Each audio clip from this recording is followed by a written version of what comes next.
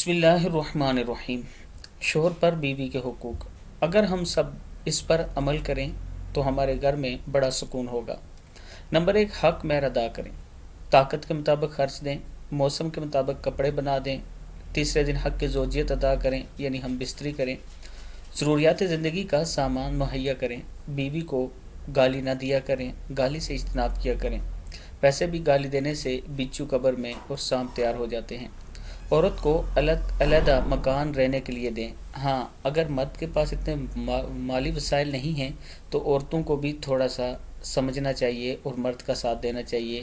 ایک ہی گھر میں جہاں وہ رہ رہا ہے اس پر اصرار نہیں کرنا چاہیے کہ دوسرا گھر، بلکہ اسی میں ایڈجسٹمنٹ کرنی چاہیے۔ اگر ہو سکے تو عورت کے لیے خادم کا بندوبست کرے۔ یہ دو کام جو ہیں اس میں مرد کی مالی وسائل کے مطابق ہونا چاہیے۔ اس پر عورت کو مرد کے ساتھ مل کر چلنا چاہیے۔ بیوی پر خرچ کر کے احسان نہ جتلائے، سفر سے بیوی کے لیے تحفے لائے۔ عورت کو بلا وجہ ناراض نہ کریں، عورت کے ساتھ سختی سے پیش نہ آئیں، عورت سے محبت سے باتیں کریں۔ اگر طاقت ہو تو عورت کو زیور پہنائیں، یعنی اگر آپ کے پاس مالی وسائل ہیں تو عورت کو زیور لے کر دیں۔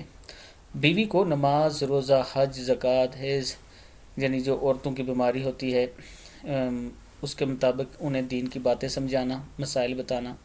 عورت کے سامنے ان عورتوں کا ذکر نہ کریں جنہیں زیادہ جہیز ملا ہو۔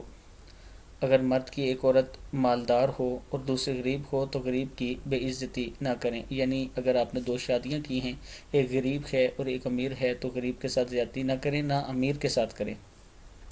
بیوی کے رشتہ داروں سے اسی طرح برتاؤ کریں جیسا کہ اپنے رشتہ داروں سے کرتے ہیں، یعنی بیوی کے رشتہ دار اس کے بھائی ہوتے ہیں، اس کے ماں باپ ہوتے ہیں، اور ویسے بھی بیوی کے ماں باپ کو بھی اتنی ہی عزت دیا کریں جتنے آپ اپنے ماں باپ کو دیتے ہیں۔ اور پھر بیوی کو بھی چاہیے کہ مرد کے ماں باپ کو اتنی عزت دے جتنی اپنے ماں باپ کو دیتی ہے، تب ہی وہ گھر سکون سے اس گھر میں رہنے والے رہ سکتے ہیں۔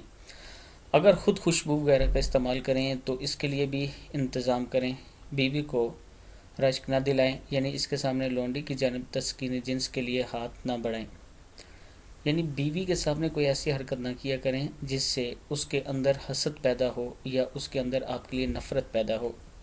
اس کے ساتھ میں عورتوں سے بھی گزارش کروں گا کہ آج کل حالات ایسے ہیں کہ مرد اگر آپ کو کھانے پینے کے لیے ساری چیزیں مہیا کر رہا ہے تو یہ اس کی بڑی قربانی ہے، کیونکہ آپ تمام لوگ جانتے ہیں کہ اس ٹائم حالات کیا چل رہے ہیں، مہنگائی کتنی زیادہ بڑھ چکی ہے۔ ہم سب کو ایک دوسرے کے ساتھ مل کے چلنا چاہیے، چھوٹی چھوٹی باتوں پہ ناراضگی، چھوٹی چھوٹی باتوں پہ لڑائی جھگڑا نہیں کرنا چاہیے، اور ایک دوسرے کے جو رشتہ دار ہیں ان کے ساتھ اچھے سلوک کے ساتھ پیش آنا چاہیے، آپس میں اچھے تعلقات سے رہنا چاہیے۔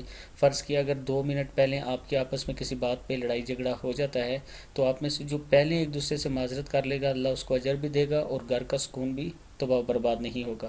فرض کیا بیوی پہلے اپنے میاں سے معافی مانگ لیتی ہے، اس سے راضی کر لیتی ہے، تو یہ حدیث مبارک میں بھی ہے کہ اس کا بہت اجر ملے گا، اور اگر مرد کر لیتا ہے تو اس کو بھی اجر ملے گا۔ تو تھوڑا سا آپس میں مل ملا کے چلا کریں، اللہ تعالیٰ کرم کرے گا۔ اس ویڈیو کو آپ دوستوں نے آگے ضرور شیئر کرنا ہے۔